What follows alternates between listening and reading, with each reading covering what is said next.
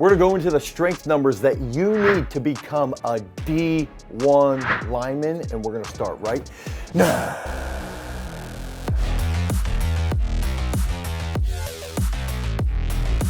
So when we're thinking about line play, okay, and we want to get to that Power 5 level, or we just want to get to the Division 1 level, right? We have to look through the lens of what it's going to take to get to that point. And that means developing strength inside of the weight room.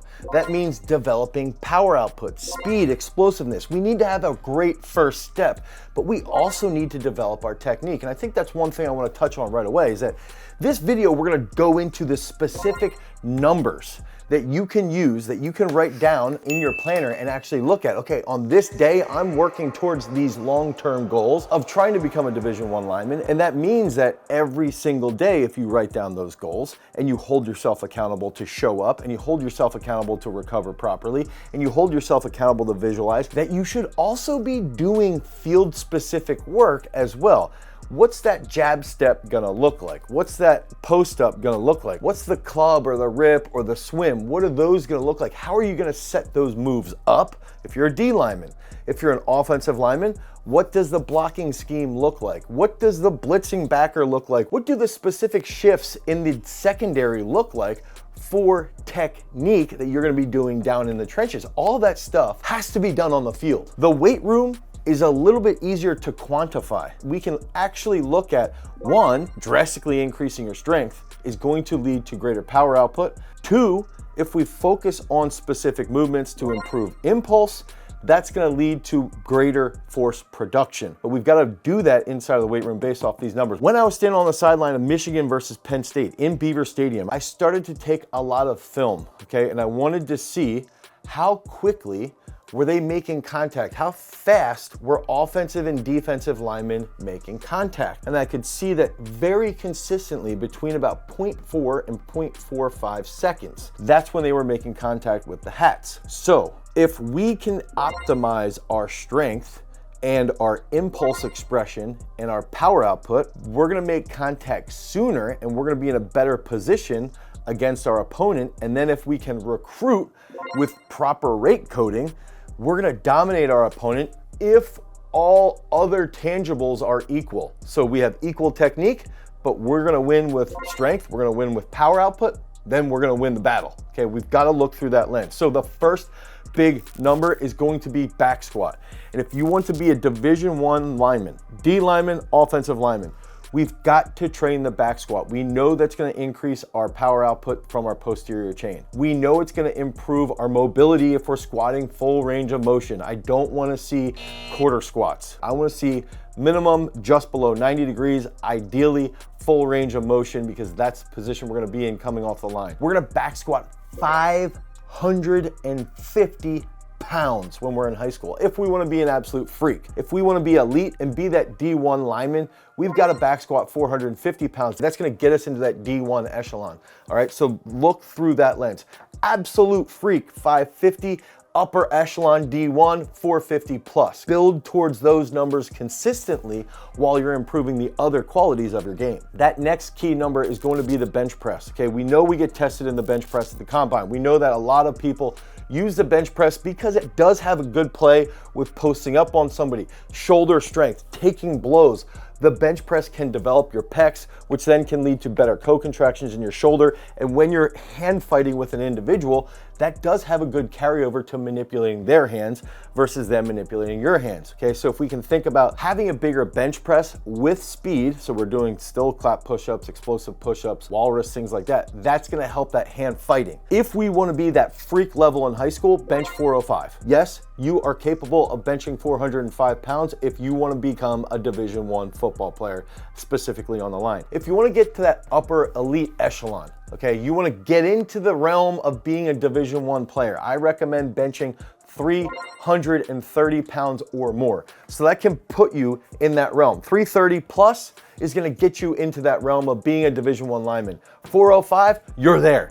As long as everything else upholds, you got the good size, and you have all other aspects of training covered, all other aspects of the game covered. Now we're getting into power cleans or full cleans. Let's say it's a full clean. Let's say we're testing big finish, full clean, get in the hole, catch it tight, be upright. We want to be freaks. One thing that I've noticed is that offensive and defensive linemen, if they're not trained properly, they lose mobility pretty quickly. They tend to be the athletes that sometimes you gotta prod a little bit. One of the biggest things that I did with Javen Williams was literally prodding him regularly, like, come on, Javen, you've got to hit this.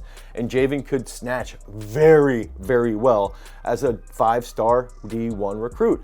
He could clean very, very well. And that's going to take us into those numbers. If you can clean 315 pounds as a D1 prospect, that's going to put you in the boat. That's going to be something that you can send to coaches. I remember still sending Javen Williams videos of him cleaning, sending those videos to Coach James Franklin up at Penn State and say, hey, Coach, check out what Javen's doing right now. Oh man, let's get on him. We got to start recruiting him. And that's something that we can actually use. 315 pounds is a great benchmark to get into that D1 discussion. 365, you're a freak. If you can clean 365 in high school as an O lineman or as a defensive lineman, you will dominate the high school circuit and become that D1 football player, okay? So you've got to build that technique, build that mobility, train regularly, hold yourself accountable, push those weights, but also push that technical improvement. And then that's gonna help transfer over to the technical game in the trenches. That next big test is gonna be the one that we're talking about that's going to demonstrate how quickly can you make contact. That's gonna be the vertical jump.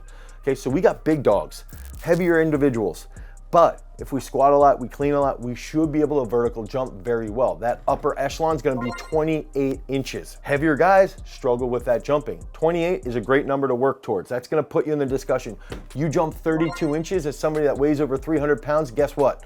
It's very, very likely you're going D1 because you worked on your jumping capability. You worked on that explosive capability. You worked on that power output from the cleans, from the squats, and that's gonna transfer very, very well. Again, 28 inches puts you in the discussion, 32 inches gets you there. Now, the next number is a behind the neck jerk. This is a movement that we use regularly here at Garage Strength, and this is an exercise that we have inside of our app, Peak Strength. So if you're a football player and you want to hit these specific numbers, you can head over to peakstrength.app and download Peak Strength and then select that you want to train as a lineman specifically for football. Another cool aspect of Peak Strength is that a movement like behind the neck jerks, not everybody has access to jerk boxes, but inside of Peak Strength, you can actually replace this exercise. So instead of doing a behind the neck jerk, if you don't have jerk boxes, you can replace this exercise with something more favorable, like a PA press or a push press. But we want to build towards these specific numbers if we have access to jerk boxes. That big time number is going to be 315 for a big single. That's gonna get you that discussion. That's gonna get you those big results. Now that next number, if we can't hit 315, would be 275. If we can optimize our performance with that 275, that's gonna get us into the discussion. 315, we're there. So use those two as guidelines. And just remember, if you head over to peakstrength.app, the Google Play Store, the Apple iOS Store, you can download Peak Strength. For 7 free days of training, you can select football lineman. Okay, that's gonna give you that program with a specific peak date. And if you don't have access to the jerk boxes, you can actually hit exercise replacement so that you can optimize your overall performance. The next one, 15-pound medicine ball toss. But remember back to the discussion around the bench press. A lot of people say, oh, bench press, when are you on your back? But if we have strong legs, we have strong hips, and we have a big bench press, we also want to make sure we're moving things quickly. So if we can throw a 15-pound medicine ball 32 feet, that's gonna show that we have good impulse, that we have good acceleration from our hands, that we're rapidly being able to produce a large amount of force. That's gonna get us into the discussion. That's gonna be elite.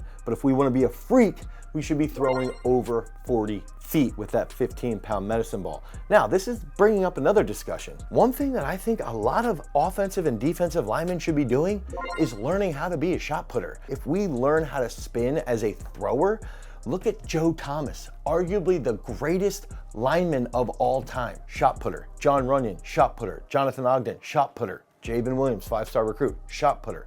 And one of the big things around Javen was that as he learned how to master the spin and he threw 66 plus feet as a junior, that footwork transferred really well, and it also helped improve that medicine ball throw. It's an absolutely phenomenal sport that transfers really well into the trenches because you're playing within that 7-foot circle. And now you learn how to control your feet and apply that rapid force into the ball. So that's something that does carry over very well to the medicine ball toss, but also to just general football. Now, finally, we haven't discussed the 40 yet. One big aspect here.